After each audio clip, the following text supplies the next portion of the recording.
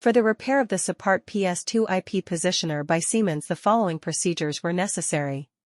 Replacement of various electronic components and general cleanup of the unit. For testing we use multifunction calibrator, air supply, and a cylinder. Whenever we change the input signal, it releases air to the pneumatic cylinder, which then moves to the correct position accordingly.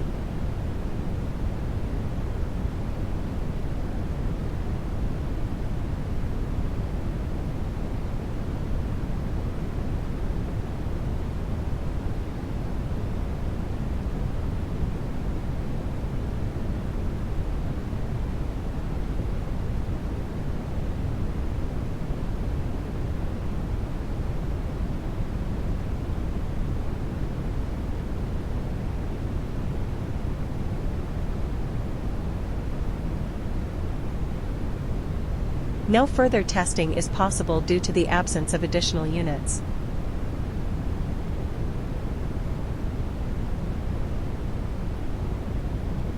The same process is repeated and for the others.